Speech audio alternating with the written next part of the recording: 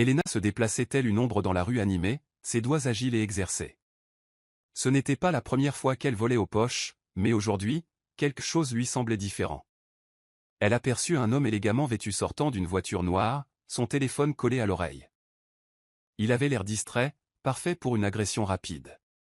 Ses doigts se glissèrent dans la poche arrière de son pantalon tailleur, en sortant un élégant portefeuille noir. Sans attendre, elle le vérifia, se rua dans la foule et disparut comme une fumée.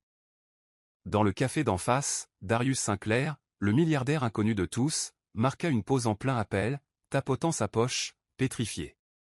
Son portefeuille avait disparu. Non seulement il contenait plusieurs cartes et de l'argent liquide, mais il contenait aussi une minuscule puce, dissimulée et sécurisée, qui contrôlait son accès à des systèmes vitaux. Il savait qu'il n'avait que quelques secondes pour la retrouver avant qu'elle ne disparaisse. Il sortit en trombe, scrutant la rue du regard, mais la fille avait déjà disparu dans les ruelles. Elena se glissa dans un immeuble désert, le cœur battant d'excitation et de confusion. Le portefeuille était plus lourd que d'habitude, et les cartes qu'il contenait n'avaient rien d'ordinaire. Ses yeux s'écarquillèrent en entendant le nom, Darius Sinclair. Elle avait entendu ce nom murmuré avec luxe et mystère. Son estomac se serra. Elle n'avait pas seulement volé un homme riche, elle s'était trompée de portefeuille. Darius était furieux, non seulement à cause du vol, mais parce que quelqu'un s'était approché suffisamment près de lui pour le toucher sans qu'il s'en aperçoive. Cela n'est jamais arrivé. Il a activé son téléphone et a utilisé une application de suivi synchronisée avec la puce du portefeuille. Un point rouge a clignoté sur son écran, se déplaçant rapidement dans les ruelles. Il sourit. Qui que soit ce voleur, il l'avait sous-estimé. Elena sentit le poids du portefeuille brûler son sac. Elle envisagea de le jeter, mais décida d'attendre de pouvoir le fouiller correctement. Elle atteignit sa cachette, une pièce exiguë et poussiéreuse avec à peine assez de place pour un matelas. En vidant son portefeuille, elle remarqua une lumière clignotante dans un compartiment d'angle. Son cœur se serra. « Traqueur », murmura-t-elle. La panique s'installa. La voiture de Darius s'arrêta dans un crissement de pneus devant le vieux bâtiment. Il entra d'un pas silencieux, tel un prédateur dans sa jungle. Il trouva la pièce, la porte à moitié fermée. À l'intérieur, il vit une jeune fille, les cheveux en bataille, le regard hagard, qui haletait en croisant leurs regards. « Toi » dit-il avec incrédulité et curiosité. Elena serra son portefeuille, la bouche sèche, réalisant qu'elle n'avait plus le contrôle. Elena n'attendit pas une seconde chance. Elle le dépassa en courant, se glissant sous son bras avec une vitesse née de la survie. Darius cria en se retournant, mais elle était déjà à mi-chemin de l'escalier. Il la poursuivit dans la rue, mais elle disparut à nouveau, se faufilant dans la foule. Il resta là, essoufflé, intrigué. Ce n'était pas qu'une voleuse. Elle était intelligente, rapide et intrépide. De retour dans une autre cachette, Elena maudissait sa malchance. Elle venait de voler un milliardaire qui la connaissait désormais. Elle n'appréciait guère la richesse, mais elle ne pouvait ignorer le regard perçant qu'il avait rivé sur elle. Pourquoi n'avait-il pas appelé la police? Pourquoi l'avait-il poursuivi lui-même? Tout cela lui semblait étrange, et cela l'effrayait plus qu'elle ne voulait l'admettre.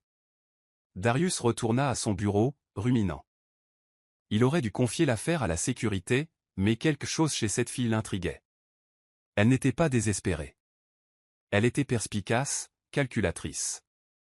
Et belle aussi, même s'il refusait de l'admettre. Il ne savait pas pourquoi, mais il voulait la revoir. Non pas par vengeance, mais pour autre chose.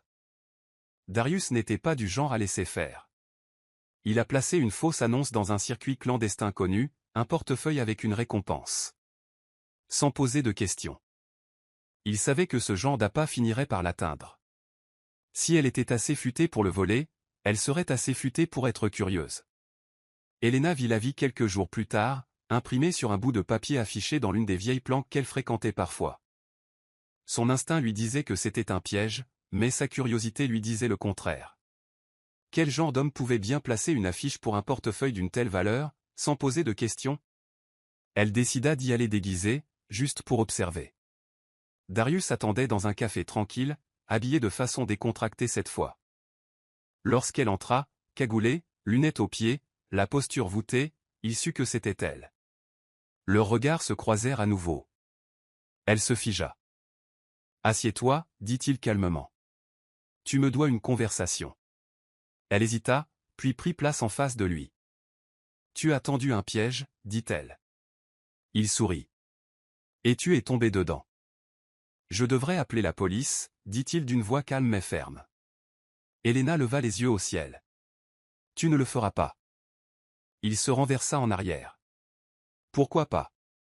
Parce que tu as déjà eu cette chance, et tu ne l'as pas saisie. Le silence persista. Il fut surpris par sa confiance. Elle n'avait pas peur. Elle était habituée aux menaces, et peut-être même qu'elle aimait le jeu. Que attends-tu de moi? Demanda-t-elle finalement. Darius sourit, une lueur plus enjouée dans son regard. Un travail. Elena cligna des yeux. Tu me proposes un travail après que je t'ai volé?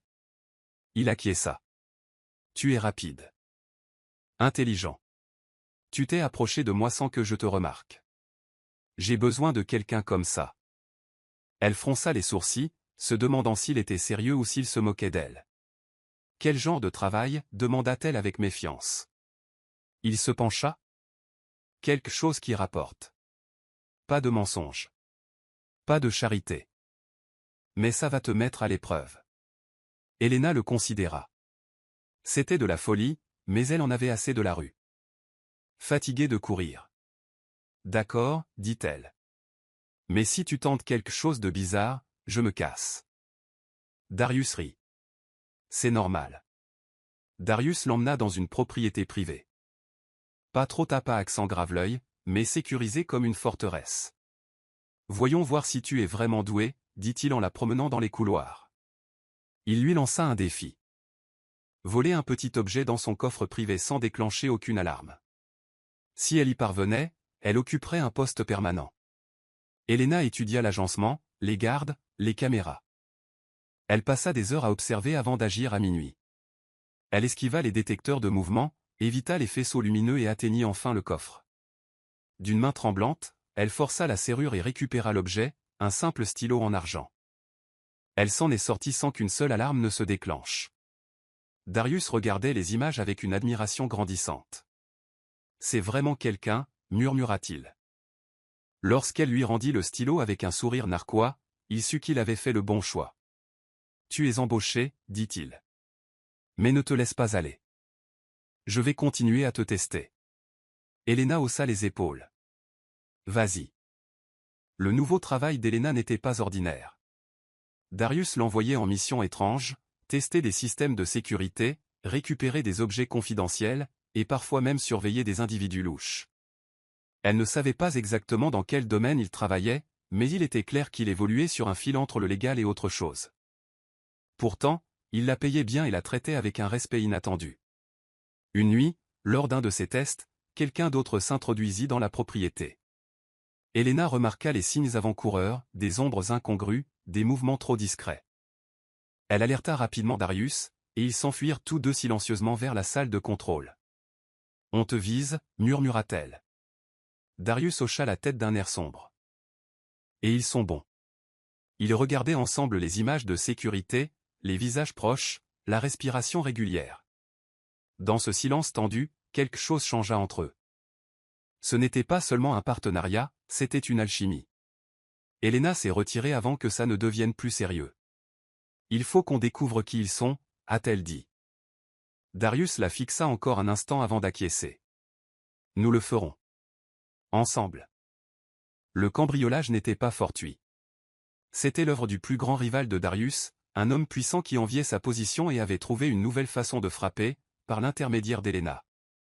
Ce rival avait compris que Darius avait engagé une ancienne pickpocket et il y avait vu une occasion de l'utiliser comme moyen de pression. Elena a été suivie sans qu'elle le sache. Un homme étrange l'a abordée sur un marché, se faisant passer pour amical. Mais son instinct était affûté. Elle repéra la queue et disparut avant qu'il ne puisse faire un geste. Elle courut droit vers Darius et lui raconta tout. Son visage s'assombrit, une tempête se préparant derrière son calme apparent. « Tu es en danger, maintenant » lui dit-il. « À cause de moi. » Mais Elena haussa les épaules. « J'ai toujours été en danger. Je peux me débrouiller. » Darius secoua la tête. « Pas ce genre-là. Reste avec moi. » Jusqu'à ce qu'on règle ça. Elle hésita, puis hocha lentement la tête. L'idée de rester près de lui ne lui semblait plus une punition. La propriété de Darius comptait de nombreuses pièces, mais cette nuit-là, une seule possédait une serrure fonctionnelle, celle qu'il utilisait. Helena leva les yeux au ciel tandis qu'il lui tendait un oreiller. « D'accord, mais je ne partage pas le lit, » prévint-elle. Il haussa un sourcil. « Je ne te l'ai pas demandé. » Ils passèrent la nuit dans un silence tendu. Helena était recroquevillée sur le canapé, Darius au lit, faisant semblant de dormir. Mais la nuit s'éternisa, pleine de pensées inexprimées et de regards discrets. À un moment, Helena remua et laissa échapper un léger gémissement. Darius se redressa. « Ça va ?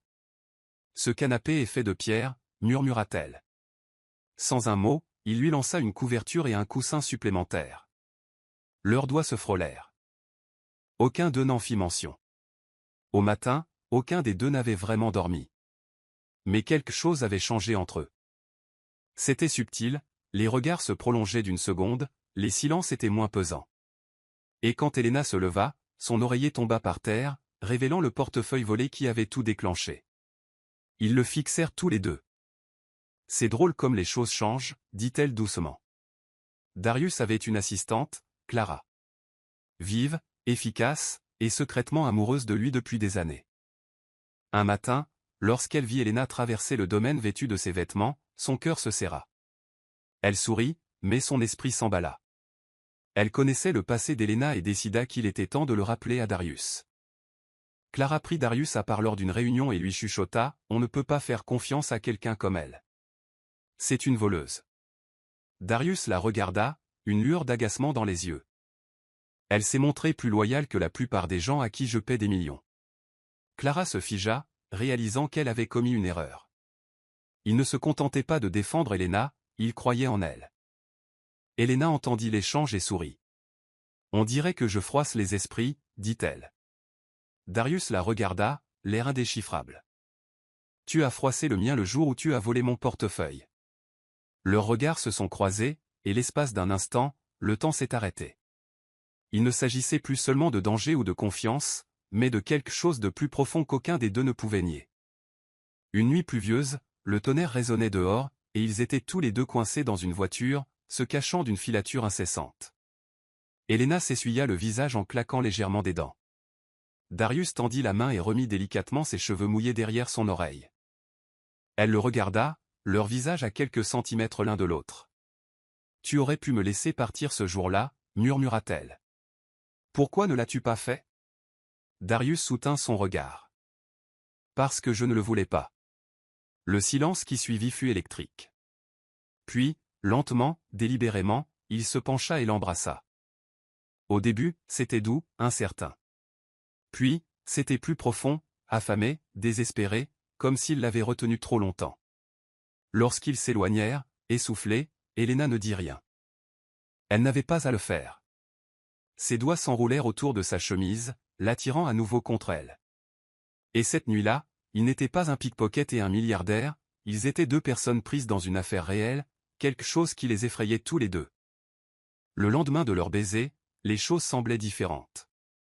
Helena se déplaçait dans la cuisine en ronronnant doucement, tandis que Darius, assis au comptoir, la regardait avec une douceur inhabituelle. « Je n'ai pas l'habitude de ça, » admit-elle. « Quoi ?» demanda-t-il. Il ne courait pas. Darius tendit la main par-dessus le comptoir et lui prit la main. « Tu n'as plus besoin de courir. » Mais Helena s'est doucement retirée. « Tu le dis maintenant. » Mais que se passe-t-il quand on en a assez de la fille des rues de son manoir ? Darius se leva et s'approcha. « Ce n'est pas comme ça que je te vois. Tu n'es pas un projet. Tu es tout ce dont j'ignorais avoir besoin. » Elle le regarda dans les yeux, cherchant des mensonges, mais n'en trouvant aucun. « Si tu es sérieux, alors prouve-le, » dit-elle. « Ne me protège pas seulement, reste à mes côtés. Jusqu'au bout. » Il hocha lentement la tête. « Je le suis déjà. » Juste au moment où les choses commençaient à se calmer, Helena a été piégée. Son rival Darius l'avait mise en garde contre des courriels dissimulés et une surveillance, laissant croire qu'Helena lui fournissait des informations privilégiées. La sécurité l'arrêta alors que Darius était en voyage d'affaires. Elle fut enfermée dans une pièce froide, confuse et furieuse. Darius reprit le chaos. Clara présenta les fausses preuves avec joie, s'attendant à ce qu'il renvoie Helena immédiatement. Au lieu de cela, Darius fixa les documents, puis secoua la tête. Elle ne ferait pas ça, dit-il. Je lui fais confiance. Le visage de Clara s'assombrit. Mais tout va bien. J'ai dit non, rétorqua Darius. Il se précipita vers la salle de détention et déverrouilla lui-même la porte. Helena resta assise, les bras croisés, le regard brouillé. Tu as mis du temps, dit-elle. Il la tira sur ses pieds. Je sais que ce n'est pas toi qui l'as fait. Ses épaules s'affaissèrent. Pour une fois, elle croyait quelqu'un. Maintenant qu'Helena était innocentée, Darius jeta son dévolu sur le véritable ennemi, son rival, celui qui orchestrait tout dans l'ombre. Lui et Helena élaborèrent un plan, utilisant son intelligence et ses ressources. Il veut nous séparer, lui dit Darius. Donnons-lui plutôt un spectacle. Helena accepta de se faire passer pour une inconnue, prétendant accepter une offre de l'équipe rivale. Elle connaissait les risques, mais savait aussi jouer les malhonnêtes. Elle se laissait voir dans des endroits louches, sachant que son rival serait informé. Darius détestait la voir en danger, mais il lui faisait plus confiance qu'à quiconque. Lorsque la rivale prit enfin contact, Helena était prête. Elle feignit de haïr Darius, affirma avoir été trahie et fut accueillie à bras ouverts. Mais derrière ses sourires narquois, elle enregistrait chaque conversation. On va l'enterrer avec ses propres mensonges, dit-elle à Darius par leur ligne secrète. Helena gagna rapidement la confiance de son rival, mais l'un de ses hommes de main n'était pas aussi convaincu. Il la suivit après une réunion secrète et la surprit en train de chuchoter dans un appareil derrière une benne à ordures. Un piège avait été tendu. À son arrivée suivante, il l'attendait. « Tu te croyais malin, hein » ricana la rivale. Elle était enfermée dans un entrepôt, attachée à une chaise, meurtrie et épuisée. « Darius ne viendra pas te chercher » railla son rival. Mais il avait tort. Darius la suivait à la trace depuis le début, et il arriva avec des renforts juste au moment où il s'apprêtait à la déplacer. Une bagarre éclata. Darius la détacha lui-même, les mains tremblantes. « Je n'aurais jamais dû te laisser partir seule, » dit-il. Helena, la lèvre encore ensanglantée, sourit faiblement. « Mais tu es venu. » Leur étreinte en disait long. Le rival s'échappa cette nuit-là, non sans avoir réalisé qu'il avait sous-estimé la femme qui avait autrefois volé un portefeuille. Après le sauvetage, les rumeurs commencèrent à se répandre. La nouvelle de Darius et de la mystérieuse femme vivant dans sa propriété inondait les cercles sociaux. On murmurait sur son passé, certains la traitant d'escroc, d'autres de manipulatrice. Helena voulait disparaître à nouveau, mais Darius l'en empêchait. « Je me fiche de ce qu'ils disent, » lui dit-il. « Ils ne te connaissent pas aussi bien que moi. Mais ça fait quand même mal. » Clara, bien sûr, a attisé les flammes en coulisses.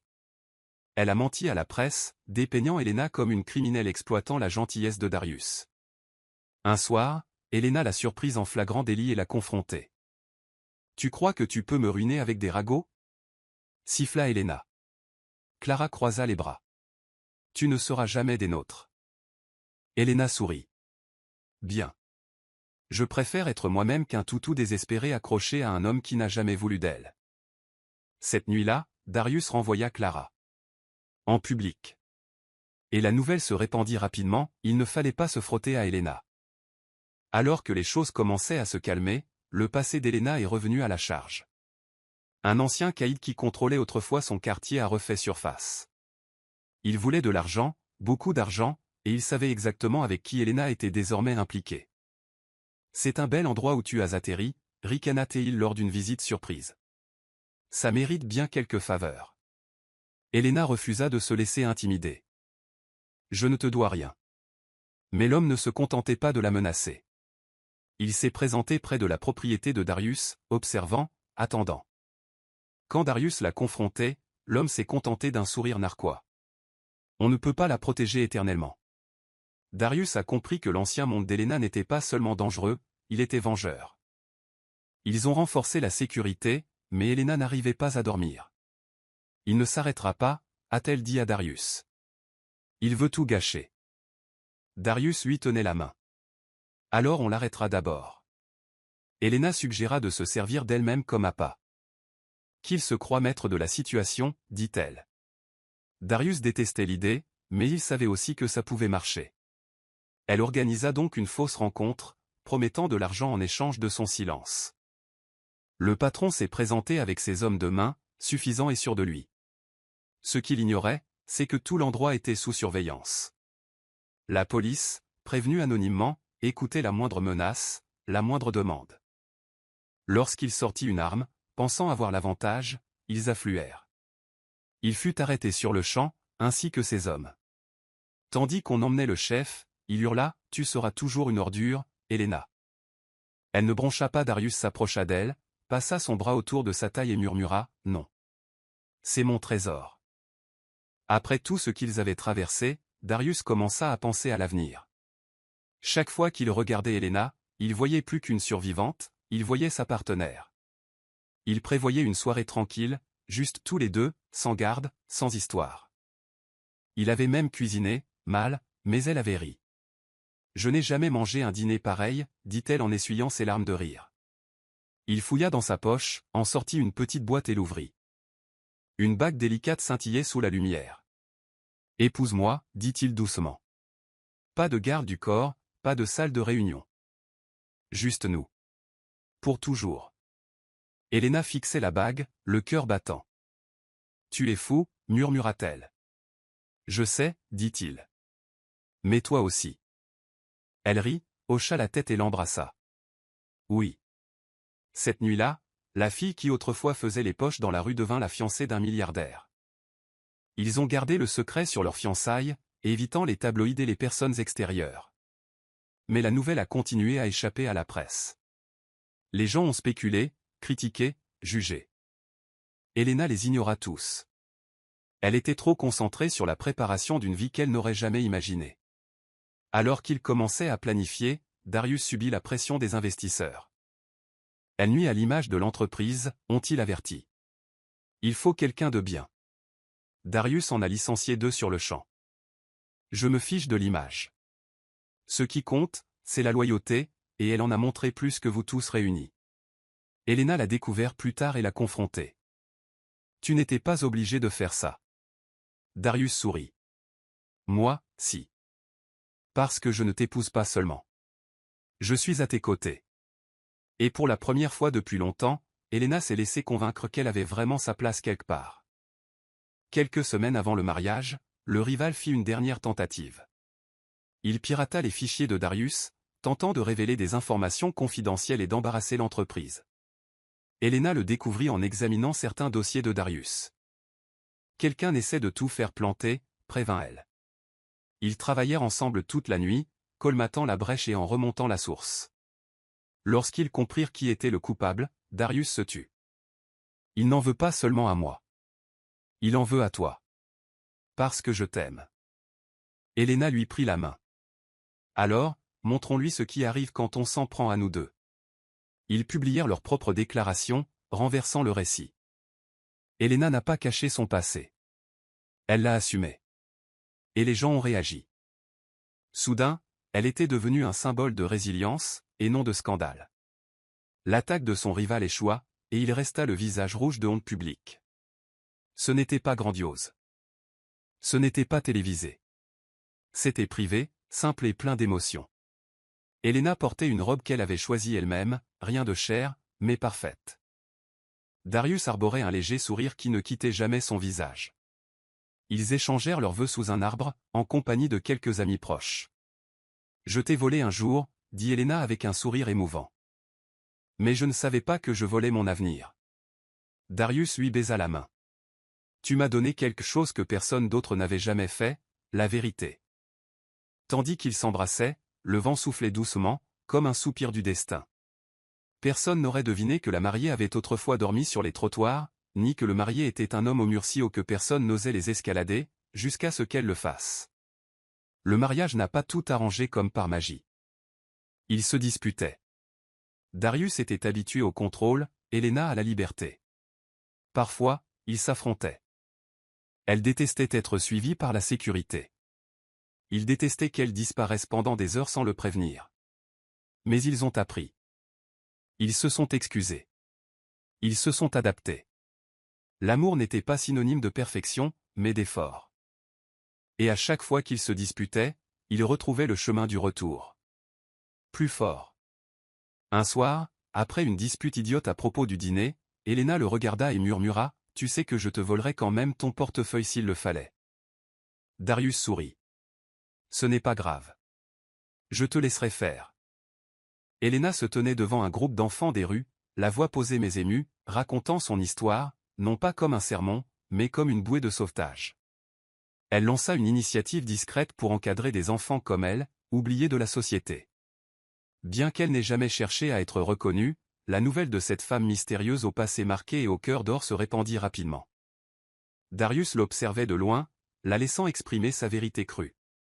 Son respect pour elle s'intensifia, sachant qu'elle ne cherchait rien à prouver, mais simplement à être la personne dont elle avait besoin. Mais en coulisses, quelques élites de la ville restaient indifférentes.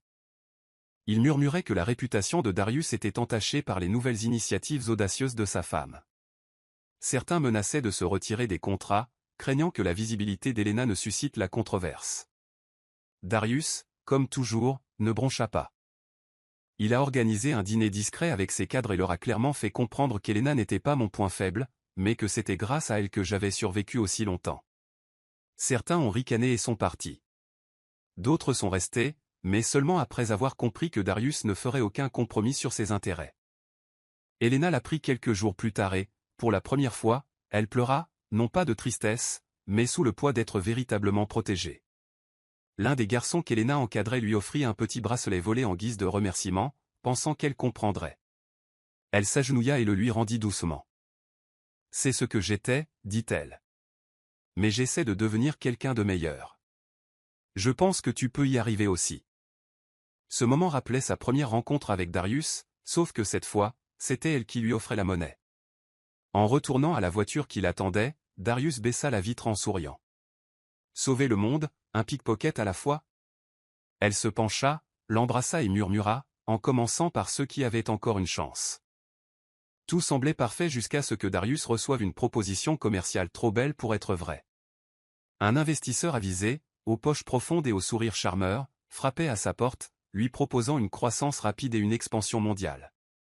Les documents étaient impeccables, l'opportunité alléchante. Mais tandis que les membres du conseil d'administration de Darius trinquaient déjà, Elena sentit son estomac se nouer. Quelque chose chez cet homme lui rappelait la rue, quelqu'un qui jouait trop avec les moyens. Elle demanda à Darius de retarder l'accord et entreprit de creuser plus profondément, faisant appel à de vieux contacts qu'elle n'avait pas vus depuis des années. Son instinct était bon. L'investisseur avait des liens avec l'ancien rival de Darius, celui-là même qui avait déjà tenté de saboter leur relation et leur réputation. C'était un autre piège, dissimulé sous un jargon juridique et des costumes impeccables. Elena fit irruption dans le bureau de Darius en pleine réunion, déposa le dossier de preuve et dévoila toute la scène devant le conseil. Des exclamations de surprise emplirent la salle. Certains étaient furieux de son intervention. D'autres furent stupéfaits par son audace. Darius, cependant, se leva sans un mot, s'approcha d'elle et l'embrassa sur le front devant tout le monde. « C'est pourquoi, dit-il, je lui fais plus confiance qu'à n'importe lequel d'entre vous. » Cette nuit-là, Darius annula le marché, subit un léger contre-coup et perdit quelques alliés égocentriques. Mais il dormit comme un bébé, Elena dans les bras. « Tu m'as encore sauvé, murmura-t-il. Elle sourit sans ouvrir les yeux. « Je te l'ai dit, je garde ce que j'ai volé. » Il rit doucement et resserra son étreinte autour d'elle. Et comme ça, ils sombrèrent tous deux dans un sommeil paisible, sachant que leur lien était une fois de plus mis à l'épreuve et prouvé indestructible.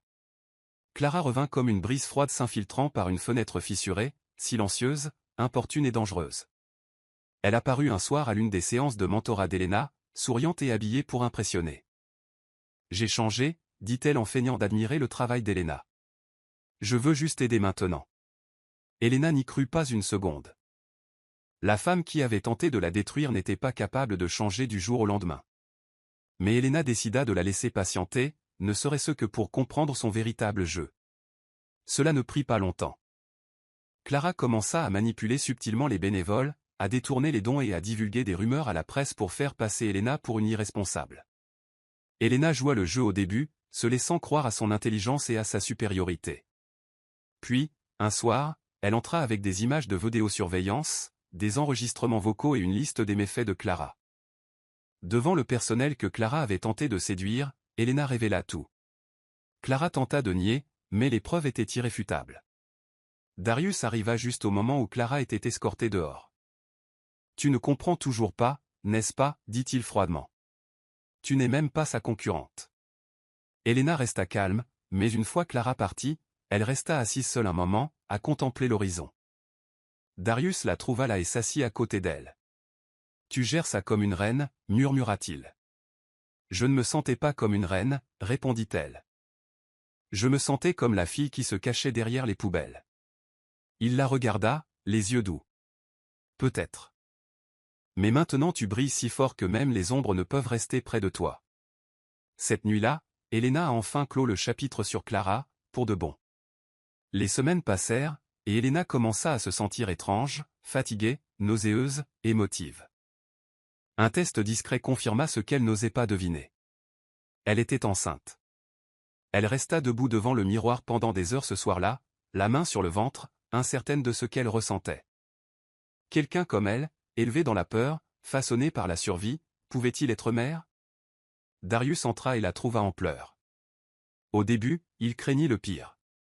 Mais lorsqu'elle le lui annonça, ses yeux s'écarquillèrent d'incrédulité, puis se remplirent de larmes. « Tu es sérieuse » murmura-t-il. Elle hocha la tête et ils s'effondrèrent dans les bras l'un de l'autre. La nouvelle changea tout. Darius est devenu surprotecteur du jour au lendemain. Il a embauché du personnel supplémentaire, annulé des voyages et commencé à lire des livres sur la parentalité comme s'il s'agissait de rapports d'entreprise. Elena trouvait son enthousiasme adorable, mais au fond d'elle, le doute la rongeait. « Et si je gâchais tout » demanda-t-elle un soir. « Et si je transmettais les ténèbres pour lesquelles j'ai tant lutté ?» Darius lui prit la main et murmura, « Tu ne le feras pas. Tu ne donneras pas ton passé à notre enfant. Tu leur donnes ta force. » Chaque coup de pied, chaque visite chez le médecin, chaque envie rappelait à Elena le chemin parcouru. Elle n'était plus la pickpocket esquivant le danger dans les ruelles. C'était une femme qui s'était battue pour sa place dans le monde et avait gagné sa joie. Pour la première fois, elle s'autorisait à espérer, non seulement pour elle-même, mais aussi pour la vie qu'elle mettait au monde. Malgré le soutien constant de Darius, Elena luttait contre une tempête d'émotions.